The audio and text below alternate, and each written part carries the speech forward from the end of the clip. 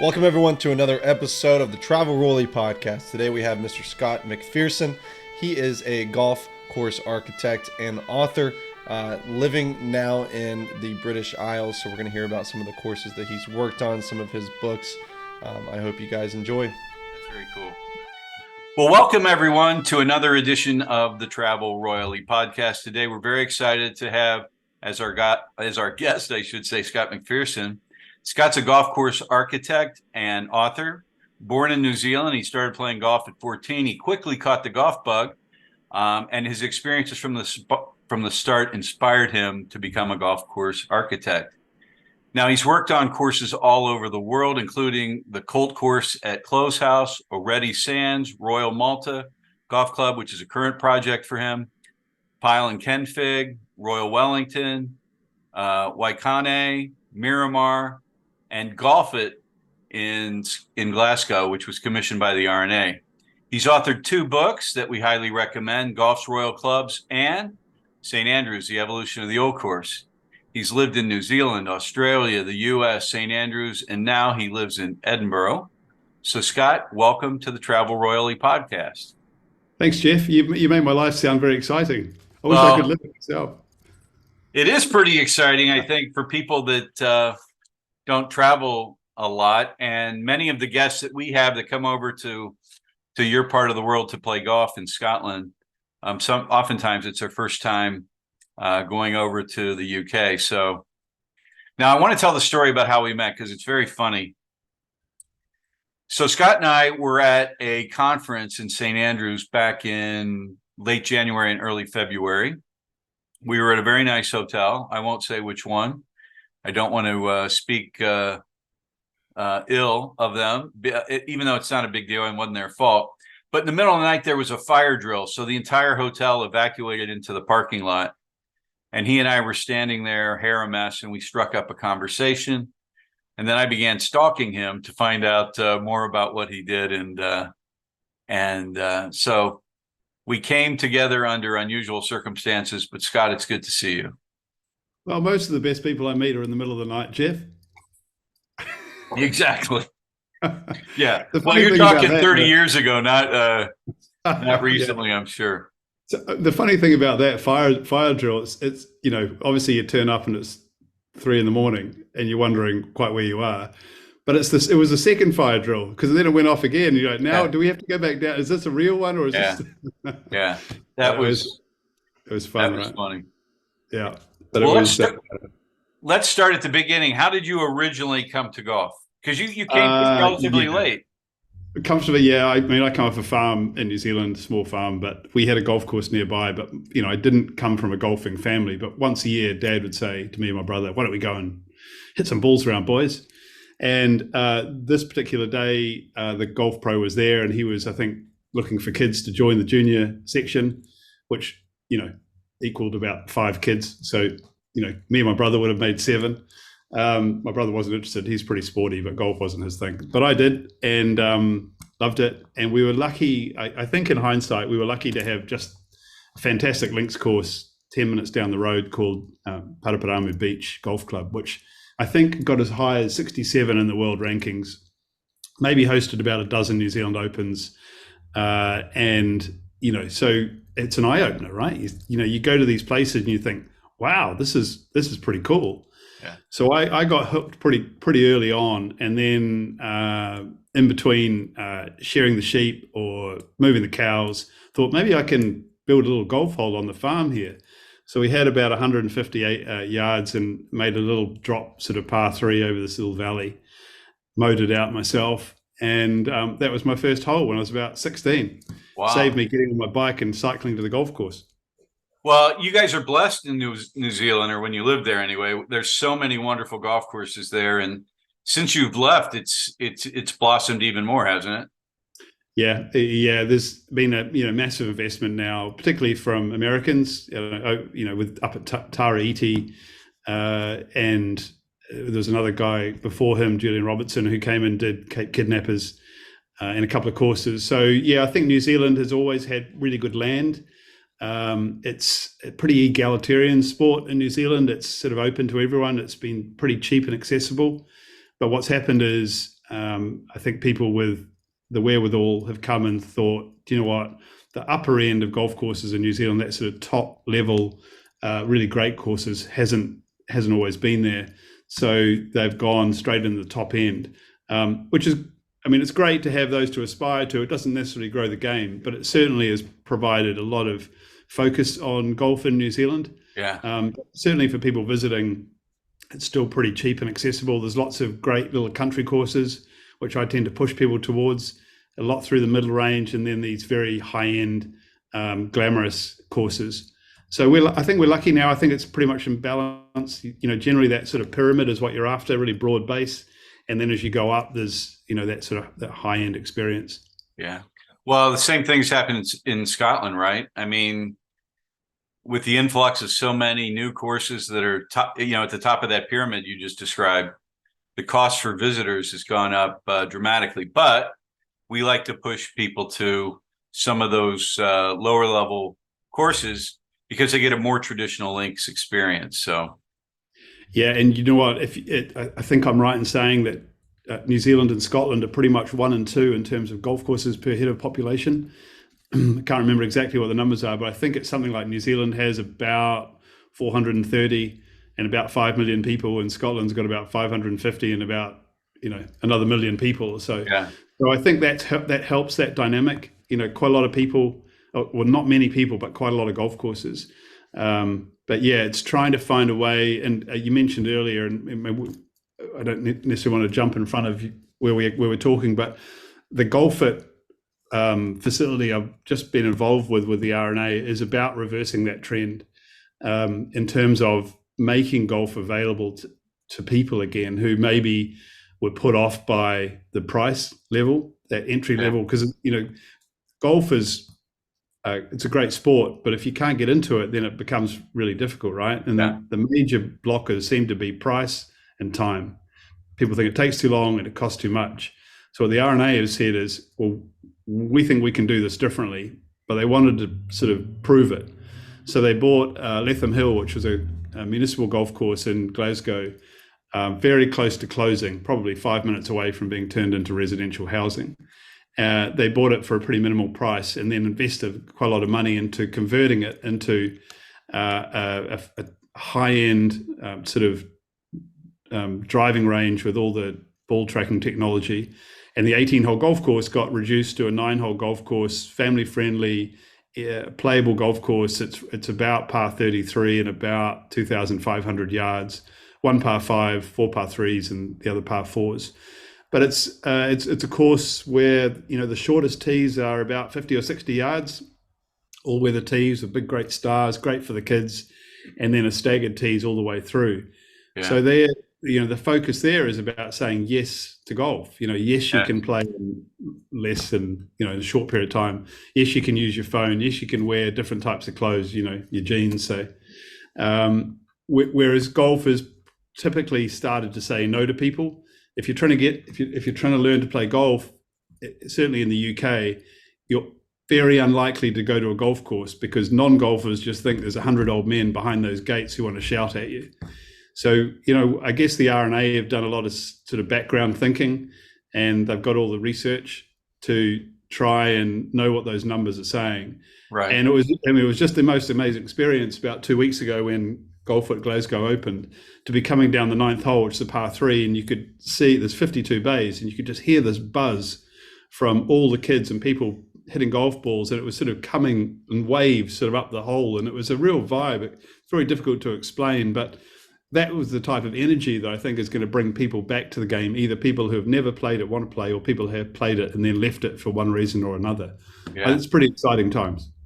Yeah. Well, I'm sure that, Glasgow certainly needed that. I mean, I know that Glasgow is going through kind of a rebirth, if you will, and golf could stand a bit of a rebirth in some areas. And you talked earlier about golf being egalitarian in New Zealand. It's also egalitarian, or that's how I would describe it, in Scotland as well. I mean, there aren't that many courses that people can't get on.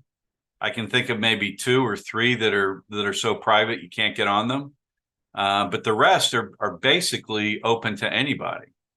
Yeah, exactly right. So Muirfield, which is pretty close to where I live, half an hour down the road, has 2 days a week, Tuesdays and Thursdays, where it's open to effectively pay and play to guests. So, here's a course that arguably is top 5 in the world. Right.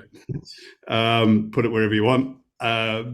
But that doesn't happen in other countries where you could literally go to, one of the top 5 courses in the States or other countries and know that as long as you pre-plan, you can get on and play. But I do like that about golf in Scotland, that pretty much anywhere is accessible if you've got the time, patience, and organisation to work it out.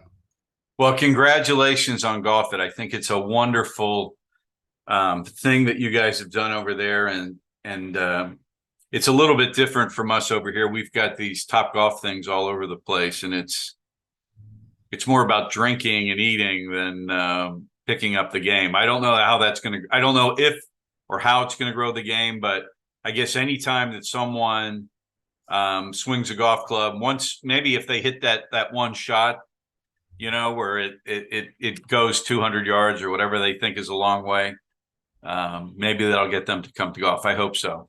Oh yeah, so Top Golf is great, right? So that's golf entertainment. That's just effectively a form of entertainment. Yeah. But my definition of golf is all golf is golf. If you're swinging a club and hitting a ball, it doesn't matter if it's adventure golf, crazy golf, top golf, golf course golf, or range golf, or anywhere in between. All golf is golf. So my starting point is there. But where I think what Golf It's done is it's saying, look, we need a pathway. You need a pathway or an on-ramp to get in. So, if you're at Top Golf and you go, oh, actually, I'm quite enjoying this, where do you go next? Yeah. So what Golf has done is said, oh, okay, so we've got short form golf, it's outdoors sort of golf. So it's got, you guys got crazy golf or mini golf, sort of adventure golf here that's got that. But then there's a short form golf. There's chipping sort of areas. Then there's the 9-hole course with all the different tees, and there's the driving range. So when you come into the building, it's very warm and welcoming, sort of public facing, very colorful and bright. But if you wanted to do an activity which is going to lead you into golf, and potentially, there's no membership here, so it's all pay and play. And for kids, it's £5. I think if you're under 12, it's £5 for 9 holes, and for adults, starts at £10. I think the top price is £20, depending on what time of week. But so price is not a factor. It's and they actually providing in the range, it's free golf clubs. So if you don't have golf clubs, they're free and available to use while you're in the range. So again, you don't have to have golf clubs, but the course is long enough that you can get a handicap. So we were quite deliberate in the design phase to make sure that if people did come to golf and they found that they were enjoying it and they went to the range and then they wanted to maybe try the short form golf and then they get onto the golf course, that there is a pathway into the game. But equally, once you get to a certain level, you'll outgrow this golf course. And so then you start to play other places. You maybe take up a membership at a golf course. It's not trying to compete with, other golf courses in Glasgow or anywhere else. Yeah. So I think that's the important step. We're trying to broaden that pyramid, right? Yeah. And golf, Top Golf is kind of in there. I'm not sure where it is. It's sort of entertainment, but the aim of Golf It is to make that pyramid broader. And I think for me, I've got kids. And I've had them pretty much since they were born. Well, actually, obviously, since they were born. Congratulations on that. Yeah, I've had to take them through that learning curve, right? How do you get them into golf? And my eldest daughter is almost 17. She's kind of moving away from it. My son, who's 13, he's got the bug. So I've lived it as a parent as well, and it's not been easy. So it's been fun trying to design something which is also based on an experience as a parent that I'm actually living on a day-to-day level. Yeah, that's fantastic. Hey, I want to go back to your beginning in terms of being an architect. You were fortunate to work with 5-time Open champion Peter Thompson right out of uni, and that was in Australia. So how did that relationship come to be? Peter Thompson is was the most amazing man. Sadly, he died a couple of years ago. But in terms of ambassador, he was a pretty good golfer, right? you don't win the Open 5 times, but more than that, he was a kind, gentle, knowledgeable man who had great knowledge and great passion for the game. And I was lucky to meet him. I think it was an Australian Masters, came to a course in Melbourne, and I happened to be there. And I'd been at university UC Davis in Sacramento, and had sort of struggled actually to get a bit of a foothold into golf course design. And through a friend, Peter was at the Australian Masters, and an introduction was made. And he said, "Well, why don't you just come by the office next week?" And so, I was very lucky that he somehow gave me a chance, and it led to quite a long friendship beyond that. He actually had a house in St Andrews, so when I got back to St Andrews, he would come to visit, we would catch up, and then I wrote a book on the old course, and he very kindly wrote the foreword for that. Yeah. But it was amazing because I would literally bump into him in St Andrews. He'd be off down at the supermarket or the wine shop, and you just have a chat, and people would wander by, and you think, oh my God, either they don't know who it is, or he's just so comfortable here that people just let him get on with his life. And didn't he win the Open like 4 out of 5 years in a row? I mean, it's some just unfathomable record. Yeah, 3 years in a row he won it. The joke always in the office was he thought he should have won it 9 times. He won it 5, but he said, "Oh, by the way, I should have won," and he would talk you through exactly why he thinks he should have. Whether it was the Bobby Lock putt or whatever it was along the way. He was dominating links golf for that, that 50s and 60s period. His last one was 65 that he won. But the 3 in a row is pretty special. The only other person I think, obviously young Tom did that, and then he got the belt, and that sort of stopped the Open for a bit. But they didn't give Tomo, as he was affectionately known in Australia, they didn't give him the claret jug to keep after he won his 3rd one in a row. Maybe just as well. That's too bad. That's too bad. So what influence did Mr. Thompson have on the way that you look at course design? I think he, oddly enough, now if I look back on it, I was pretty young when I was working for him. And the office also had another guy called Michael Woolridge. And the office you'd work for, these might be jobs that Peter was doing, or these might have been jobs that Michael was doing, and you'd sort of be either one or the other.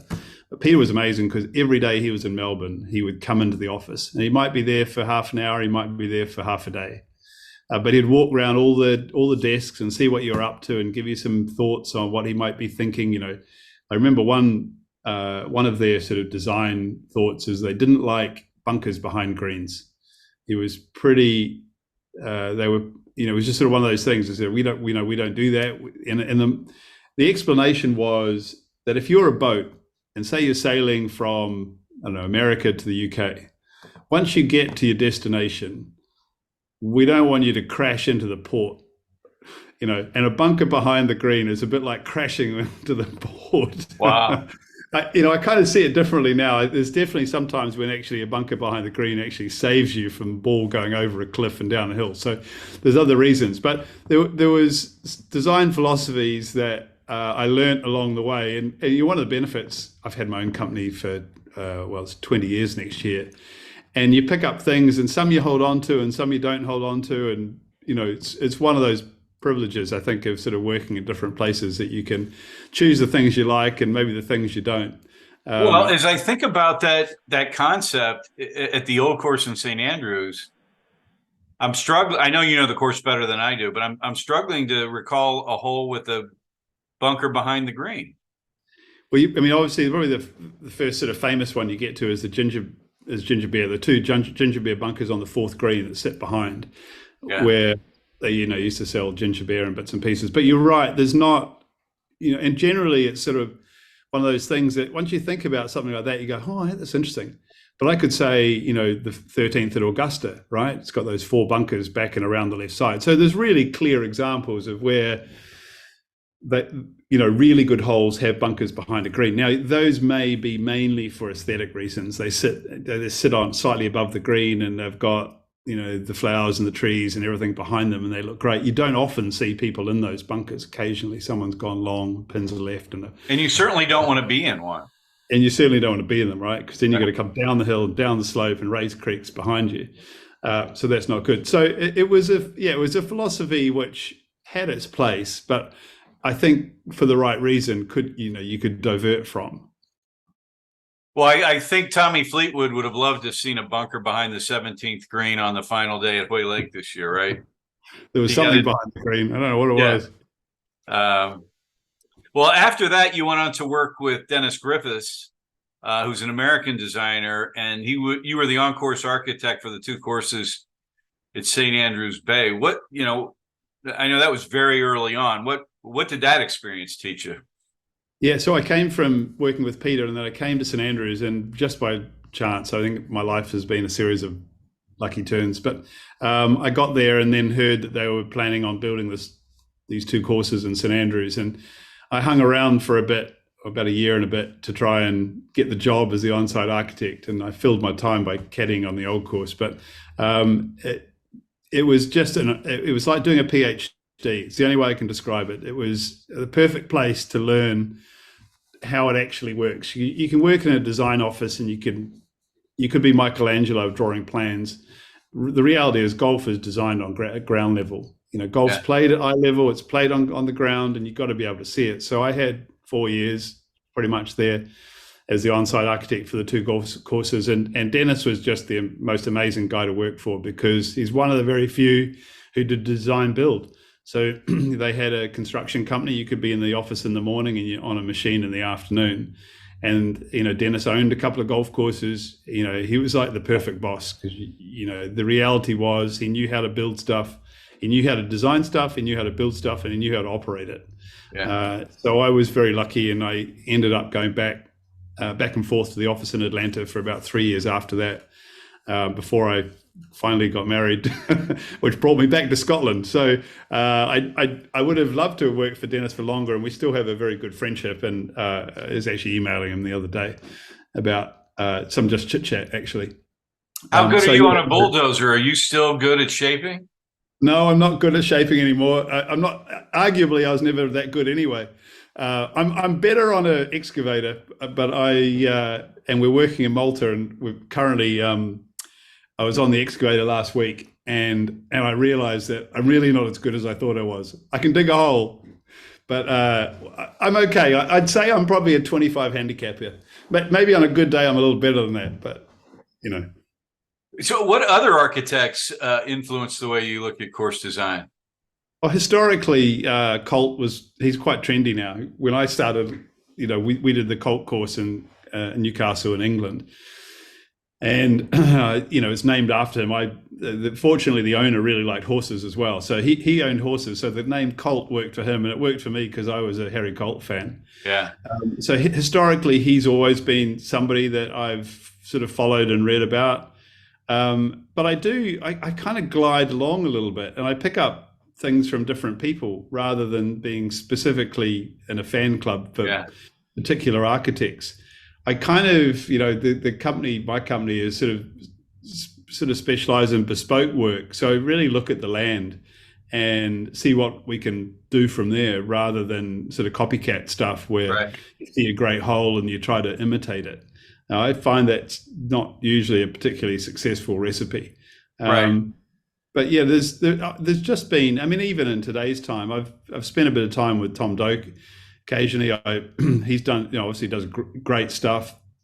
Paul Crenshaw, I was very lucky to, actually, I've got my own little podcast, not as wonderful as yours, Jeff, but, and I tried to have a same sort of thing where I'm talking with people that I might meet in a work situation and I ask those same questions. And Bill Core was kind enough to come on and do that. And he seems to be the most balanced human on earth. Lovely, intelligent, kind, and brilliant at what he does. It's hard to be in that company, right? Yeah. But he was pretty cool. So we're lucky. Generally, I think golf course architects are a pretty good bunch of people. There's a few stray cats out there, but generally, I think people do try to do their best. Yeah.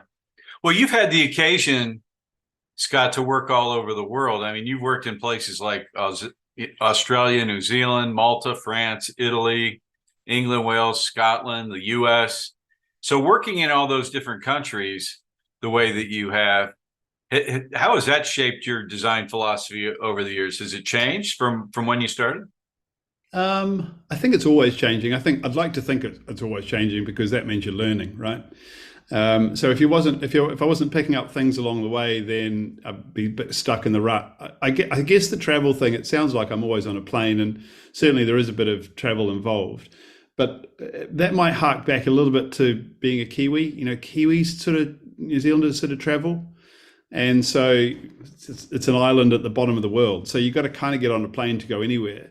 And it's never bothered me particularly traveling, and I get more, I'd rather pick a job up because it's something I'm interested in rather than it being close to home. Yeah. And that tend to have been the way things have worked out. And equally we're looking at other projects, another one back in New Zealand, which is kind of great because, parents are still there. So it's a good reason to go back and see them. And other things. So yeah, it's really finding some clients that I like and bits of land I'm excited about, and then throwing myself fully into it and seeing if we can do something that works for everyone. Golf course design, it eats its young, right? Broadly, sorry, I'm going to interrupt you there, but No, go ahead. As I've got older, my belief is that if you do shoddy work, it's not going to last because it just doesn't hang around because people go, well, it's not very good, so we're going to have to change it. So I'd rather do less work and try to do it properly and think it's going to last. You don't have any control over that really, but try to think that it's going to be there in 20, 30, 50 years than charge through a project and just give it a kind of a glancing effort rather than full impact. Right. Well, you've been in the business for nearly 30 years, and one of the things that stands out to me that's changed over that period is sustainability. And how has that impacted your design philosophy? That's a good question. I mean, when I got into golf design, sustainability was something I was interested in. So when I applied to go to UC Davis, this is going back in time, I think 1991. That's a bit of a worry, right? Or was it 1990? It was environmentally sensitive golf course design. So I wrote this big thing, and it was all on environmentally sensitive golf course design. And I thought that was important then. I still think it's important now. There were some people, I think, a little ahead of their time doing that stuff. There's a couple of courses in Florida. Collier's Bay, I think, rings a bell. There was Ron Dodson, who has written some book. He was part of Audubon, that was doing some pretty interesting stuff. And it wasn't ever really a conscious choice. It was always just who I was, and it was the way I looked at it. These are big pieces of land, right? There's habitat everywhere. Yeah. So why would the environmental component not just intrinsically be part of what I was doing? Yeah. It's become trendy. And that's actually good in many ways because more people are doing things about it. But it's never been something I've necessarily consciously made a step into. It's just always been part of what I've done. Yeah. Well, let me ask this question, because I know this is impacting the way that you design as well. And that's a controversial topic, which is rolling the ball back so that it doesn't go as far. It seems to me that you probably get a lot of work to lengthen golf courses because, courses like the old course hopefully never become obsolete, but there's talk of that. So where do you stand on that? And does it drive a lot of work your way? It doesn't drive a lot of work my way. It's obviously a really big topic at the moment. Generally, if you look at those tees, and we have done some studies on golf courses that we've worked on about who and how many people are using those back tees, it's often less than 1%. Once you're getting over 6,600 yards, there's not a lot of people going back. You'll get some good golfers who want to go to 6-8. Once you're getting over 7,000 yards, it's a really small number. Right. But it's quite a big cost to the club because they now need to manage those tees, but equally they need a bigger parcel of land. So no longer are the houses along the side of the golf course now in play. It's the houses over those houses, maybe even over the street. So the ball is going further offline. So, the question that we'll get occasionally from a client is, how much land do I need for a golf course? Now that answer keeps changing. It might have been 100 acres. At one point, it might have been 150. Now it's just keeps growing, right? So my feeling is that anytime the ball starts going further, the costs of golf go up, which is making it more expensive. And who pays for that? It's either the member or the green fee player. So that's back to our earlier point about what's blocking the growth of the game. Is it the cost of the game? What is the cost of the game? But also the time it takes to play. So if that's your starting point, I would rather the ball be rolled back so that we have more people playing in a shorter period of time. I think there's nothing wrong with watching, longer players hit the ball a mile, other than it's really hard to see it land because it's going 300 yards plus. Yeah. But I actually don't think that makes the game any better. The longer hitters, those people who swing faster, will always hit it further, even if they're hitting a tennis ball. Right. It's just because they have more club head speed. So if the ball was rolled back 5, 10, 20%, those people will still have an advantage because they've got a faster club head speed. So I'm on the side of rolling the ball back. I think it makes sense in terms of the cost. I think it makes the game take less time to play, and I don't think it takes anything off the ability to hit a golf ball. I don't think it takes anything away from the game. But I know that there's some big players in that conversation. It's it's all around money. There's a few power plays going on. Scott, think about this. It's the only game I can think of, and you correct me if I'm wrong, where players bring their own ball. It's not a universal ball, right? You've got multiple balls that you can choose from, but when you play tennis, football, American football, baseball, basketball, it's all the same ball. I mean, yeah, right. Yeah, you're absolutely right. So the precedent's set, right? So this isn't a new thing. And if you play baseball in the States, you've got to use a wooden bat.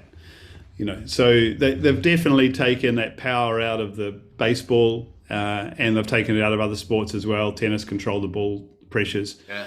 So why are we not doing that, considering all the potential advantages as I see them, about slowing the ball down? I think the RNA and USGA are pretty aligned on this. Yeah. Maybe the PGA Tour aren't. There's vested interests going on there. But no, if I step away from all that sort of stuff and I just look at it from a playing perspective, it seems pretty easy to me that a shorter traveling ball will advantage the game more than what the current situation is. Yeah. Well, hey, I want to shift gears. I didn't intend on asking you this, but I played a couple of the courses that you've worked on and enjoyed the experience. The one behind me is Pyle and Kenfig, and I played that before you worked on it, unfortunately. And I'd like to talk more about that project. I remember playing there. This is probably 20 years ago, and I wasn't impressed with the front nine, but the back nine was spectacular. Right? My recollection is once you cross the road to play the back nine, you're like, "Holy cow, this place is amazing." Yeah, exactly. So you see that photo behind you there and you think, oh my God, I have to go and play this golf course. And certainly there's good cause to go and play the golf course. It is a little bit of a front nine, back nine course, certainly. Though the more I played the front nine, the more I actually liked the front nine. But certainly if they could ever move and get all the holes in that bit of land, and there's certainly land to be able to do it, it's in terms of acreage, though the ownership I think is a bit trickier. Then it's just a spectacular place, and it's right next door. Some of your listeners will know that it's right next door to Royal Porthcawl, which is another terrific golf course. So if you're in that neck of the woods and you've got a couple of days, I think it's a double header that you want to go and play both. Absolutely. I literally love the back nine there. I mean, I thought it was jaw-droppingly good. And maybe that's because you're lulled to sleep on the front nine, right? And then you come to the back nine, you're awakened very, very quickly there when you step on the 10th tee.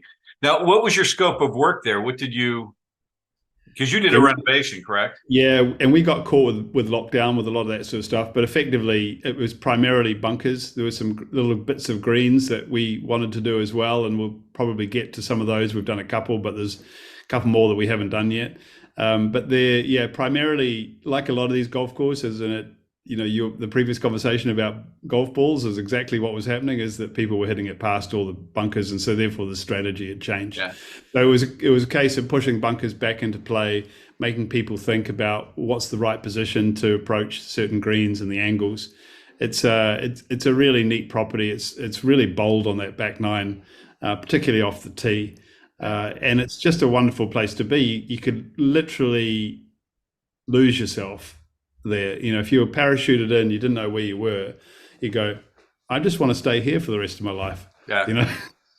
I don't disagree. It's a magical 9 holes. There are a number of courses that come to mind where like when I think of Tralee in Ireland, the front nine's okay, the back is pure magic. Hillside has a back nine that's pure magic.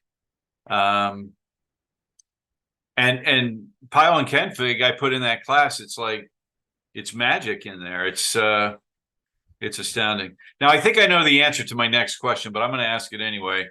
Based on our conversation earlier, if I asked you what project are you most proud of, it sounds like golf it might be the one that you're the most proud of at the moment. Well, I think it's a game changer. There's not many projects that you do that you kind of get a sense that this is really important, that we have a chance to do something which is going to leave I sort of came away thinking, this is the place where people will say, it's the first place I played golf. It was the first time I played with my dad. It's the first time I got a handicap. It's the first this, that, and the next thing. And those are really strong memories that people carry for the rest of their life. Where did you start your golf? And I think that is just the most amazing thing, because there will be people who will forever, be able to link their starting point in the game back to golf at Glasgow. Right. So I think on a whole different level from design, because in terms of the calibration of the design, it's fairly simple. In terms of, there was a golf course there. I was really keen to have a soft touch on the land for environmental reasons as well. There was benefits to doing that, and for cost reasons, and also to kind of utilize the existing corridors in terms of where the trees were and bits and pieces. But in terms of the green geometry and difficulty, it's probably a 3 or a 4 on the scale. Because that's where people are in the game, right? There's no point in making these championship greens, because that's not the brief, and it wasn't what we were trying to do. Right. So its benefit is not necessarily the design of the golf course, though I'm very proud of that. And I think the golf course is a really fun place to play. There's some really neat holes there. And one of the par threes is 100 yards. That gives you an indication of, I think the longest one is 200 yards.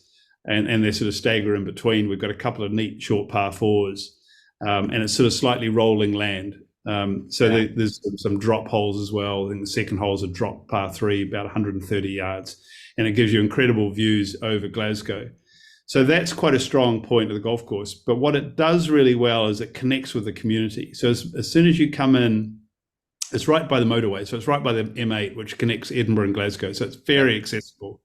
So that was the reason that was chosen. Also, it's right next to a big lake called Hogganfield Loch, where hundreds of people go and just walk around. It's probably a mile to walk around, but the building sort of is maybe 15 feet above the lake, looking out towards it, and it's very public facing. The golf is all out the back, so you need to come into the building, have your coffee, buy your drink, whatever it might be, and then you start to connect with the golf.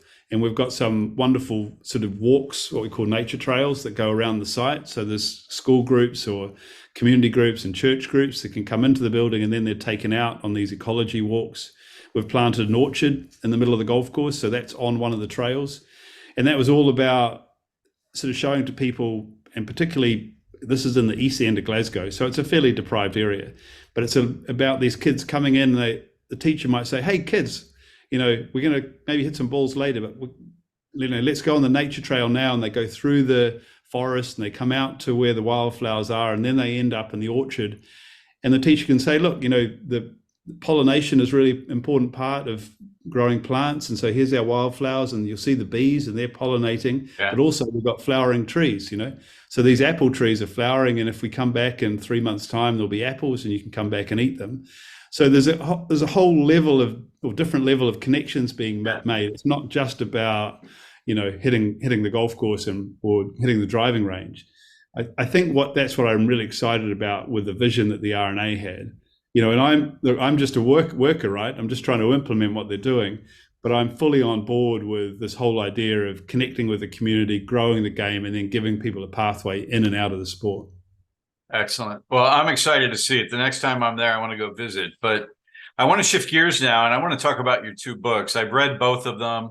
They're on my bookshelf. I've got a collection of golf books, most of them about links golf. And if you would, tell us about those 2 books. Oh, well, kind of you to say. So the first one emerged out of caddying around the old course. So it's called St Andrews, The Evolution of the Old Course. And it came out in 2007. And it was, while we were waiting to build St Andrews Bay, I ended up caddying and did about 300 rounds mainly on the old course, but a few on the new and Jubilee as well. And I kind of got sick of people, mainly caddies, saying, the old course had never changed and these bunkers were all made by sheep, and, the railway was put in, make up a year. It was fun, but there wasn't necessarily a lot of accuracy with some of the feedback. So when winter came along, I thought I'd put together a spreadsheet and try to track the changes of the old course for all the opens. So the first one was 1873, and there's now been 30. And I thought this would be pretty easy. Well, it wasn't that easy. And in fact, I still don't have the hole by hole information for the first 3 or 4 opens. But from about 1900 on, you could get literally kind of the scorecard effectively for all the opens. And I started to notice there was quite big changes in certain periods. So between 1900 and 1905, the course gains exactly 200 yards. And you could see which holes, mainly on the back 9. I thought, that's quite interesting. And then you'd jump ahead and there would be another sort of series of changes, and then there'd be nothing for a while, and then another series of changes. You say, well, I wonder why that is. And so along the spreadsheet, I created this sort of continuum of different types of ball, the gutty and the Haskell, and right the way through. And almost exactly the changes to the golf course were linked to the changes in the ball, which links back to our earlier conversation. Right, exactly. This is all circular. Yeah. Know your history, right? So so that was a big eye opener. So I thought, this is pretty fun. And it took me a couple of years, and then there was a guy, American author, editor, George Pepper, who had a house in St Andrews, and I'd bump into him occasionally. And one day I told him about this research that I'd done. He was like, "Oh my God, that's amazing. You should turn this into a book." And he's written like 30 books or something. Yeah. And I'm like, George, you got me wrong. I am not an author. I'm quite, I quite like the research, but it was a big step. But another couple of years later, I finally got round to turning out this book, and I was lucky that it kind of was well received, and was a sort of a new style of golf book. People hadn't really sort of tracked changes to golf course like that, so it did pretty well. And I actually ended up. Well, I've just issued a second edition to the book. Right. About 10 weeks ago. So 16 years later, there was enough reason to, believe it or not, there was enough reason to update the book. And we've got some really great stuff, historical stuff about how the 1st and 17th green evolved, which has always been a mystery because it was a double green, and then how it's moved across. And obviously all the Open Championships, and a lot more about the ball, and it's the new editions, much more nuance about the washerwomen and about some key figures, old Tom's assistant, David Honeyman, Norman Bose, who was on the RNA committee, and as you'll know, on the 9th hole, there's Bose's bunker, named after Norman. He was quite a strong, powerful man in lots of different ways. So the old book sold out, more than 10 years ago, and it was going at sort of crazy prices on eBay. So this was the right time to issue an update, and I'm delighted with that one. The other book, the second book, again, it's sort of never meant to be a book. It's called Golf's Royal Clubs. Came out in 2014, and was ultimately commissioned by the RNA. But I'd started the research when we landed the commission to redesign Royal Wellington Golf Club in New Zealand, which is a course I'd sort of played a bit at as a young man. And it was just a real delight to be able to go there and redesign it. And they had a pretty strong brief. They wanted to become a championship golf course and host some pretty big events. They'd hosted a couple of New Zealand Opens, but the course had become kind of pretty 1980s drab, Right. and it needed a full renovation. So Right.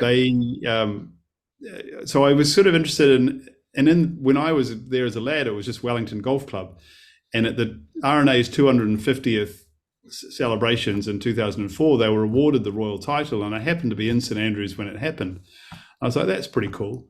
But then, a few years later, when we got the job to redesign it, I'm like, I wonder why they got it.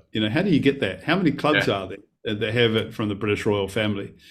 So I'd started this research, and again, I was a couple of years into it, and then we had some sort of money put aside to publish it and all that sort of stuff. But the RNA, unbeknownst to me, were looking for something for the Queen's Diamond Jubilee. And they found out about this research, and they sort of stepped in and said, look, hey, we'd like to get involved with this project, which was a great honor, obviously. Absolutely. So we carried on, took another couple of years, and we developed a book which celebrates. It really is a celebration of the 66 clubs around the world, and they're everywhere. And we gave every club, we did a master plan for them. Everyone's got 6 pages, and it talks about the history of the club, how they got the royal title, and about where they are now. And it was one of those books that I think there was not much information around, and we elevated the level of knowledge about this great group of clubs, and it went on to win an award and do pretty well. But I'm just pleased that it's advanced our understanding of the process, of how many, because the number of clubs had since no longer exist. Some had applied for the title and not got it. Why was that? Yeah. And it goes into all those sort of things, but in a nice sort of celebratory way. So I'm very proud of that book. Well, I think both books are excellent, right? And I proudly display them with all of the great golf books, including a lot of George Pepper's books. That's it. Lovely book. Love it. That's the new one. But George wrote a book called True Links. It's really well done. But he's a character, I love his writing. He's great. In fact, I helped on that. So I did the New Zealand courses for George's book on the True Links. And that was a great book to do. I think the reason behind the motivation behind it was fantastic. It's like, well, where are the links courses of the world? Yeah. What exactly are they?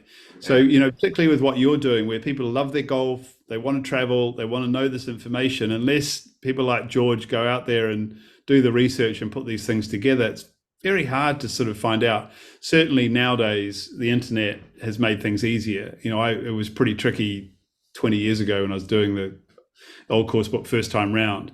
So, but still, the internet doesn't have all the information, right? There's still quite big gaps in there. So you still got to go back to original source material, and then try to fill in those gaps if you really want to create something worth reading. Yeah. I've just got a couple of questions left. I don't want to take, you've been very generous with your time, but I want to ask, other than one of your own courses, what's your favorite golf course to play in the world? Oh, I'm a sucker for Muirfield. I love the old course, and it's probably number one, but I equally have it in a different category. It's in a category of one. There is no other course. It's the most important golf course in the world. We wouldn't be where we were or where we are now without what the old course has done. Right. It's just literally shaped everything from golf through golf course design. But from a conventional golf course point of view, Muirfield is super special. It's got the outer loop and the inner loop. Yeah. People who haven't been there very often tend to think it's flat, where actually it's not. It's got a lovely tilt across the property. Yeah. And then within that, there is some lovely little dune ridges that run through it. I think it's a course you can just go round and round and round again. It's definitely worth. Hopefully, some of your guests can get there, because if you can take them there, it's just a special day. Yeah, it's a very special place. The outer loop, the inner loop, clockwise, counterclockwise, holes in different directions. The wind's never the same on any hole. I mean, it's the bunkering's fantastic. And I think the traditions there, right, of playing playing in the morning, having a big lunch, playing in the afternoon, sober or not, is just a great way to spend a day at the links, don't you think?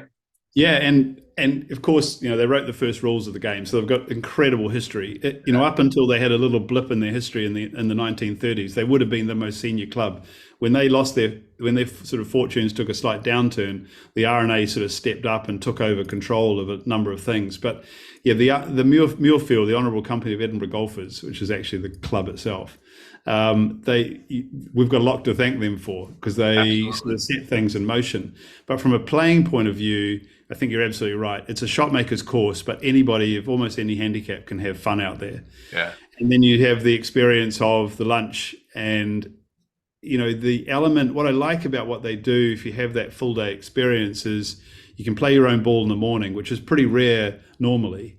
The members play. It's known as a 2-ball club. Right. So even if you're 4 people, you've only got to play 2 balls. And I know that you can have that in the afternoon where you go and play foursomes. Yeah. So it feels like it's a multi-layered experience. You've got all the great history. You've got unbelievable views back towards Edinburgh and out towards Fife. You've got this incredible golf course, which is top 5 in the world any day of the week. Yeah. And then you've actually got the human experience of the lunch, of the playing with your partners, that foursome sort of experience. Yeah. So I think a day at Muirfield is, one of the best days in golf. Yeah, it's hard to beat, certainly. One last question. That is, we have a lot of people, as I mentioned, that come over for the first time. They've never played links golf. You've obviously designed links courses, shaped links courses, played a lot of links golf. What advice do you have for people coming over to play links golf for the first time? It's a funny one, isn't it? Because I grew up on a links course, so it's almost first nature to me. What I noticed when I was sort of caddying is people are quite surprised about the tightness of the lies. So you have the grass, particularly early in the season before the grass really gets going. The ball can sit very low on the grass, and they're not quite used to that visual. So it's people are like, oh, I see a bump and run it. Well, actually, it's quite a clever play, because it's in terms of trying to strike a ball, unless you're really precise, can be quite hard to do off a link surface. So it opens up all these other clubs that you can use, particularly around the greens. So I think it's the idea, if you're not used to that type of game, and it's often windy as well, right? Right. Is just don't have too many expectations about yourself. Just go and enjoy it for what it is. And if you start to play it a bit more often and you can get used to that, then you can start to maybe try some higher caliber golf shots. But generally my experience is that people want to try it. They want to sort of love the experience and love the views and take away some memories. The only thing that usually gets in the way of that is overly high expectations. Yeah. I'm dealing with a situation with a client right now about that, but that's wonderful advice. And I said that was the last question, but I do have one more. How can people find you and find your books? Oh, thanks. Yeah, so I've got my website. So it's www.scottmacphersongolfdesign.com, and there's a link on there to my books. They're really not hard to get. In fact, the Royal Clubs book is pretty much sold out, and the St Andrews book is only available for sale at some booksellers in St Andrews itself. But if you're outside St Andrews and you'd like to buy the book, certainly go on my website. And if you send me a note, I could sign it for you as well. Excellent. Fantastic. Great. Scott, thanks so much for investing so much of your time with us. We really appreciate it. Your views on golf and design are fascinating, and I'm sure our listeners are going to love it. Thank you so much. You're doing the best thing in the world, Jeff. You're bringing people to golf. I love it. Keep it up. Thank you very much. Thank you so much for tuning in to the Travel Rolly podcast. Please like and share.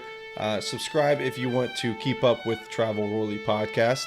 And thank you so much again. We will see you next week.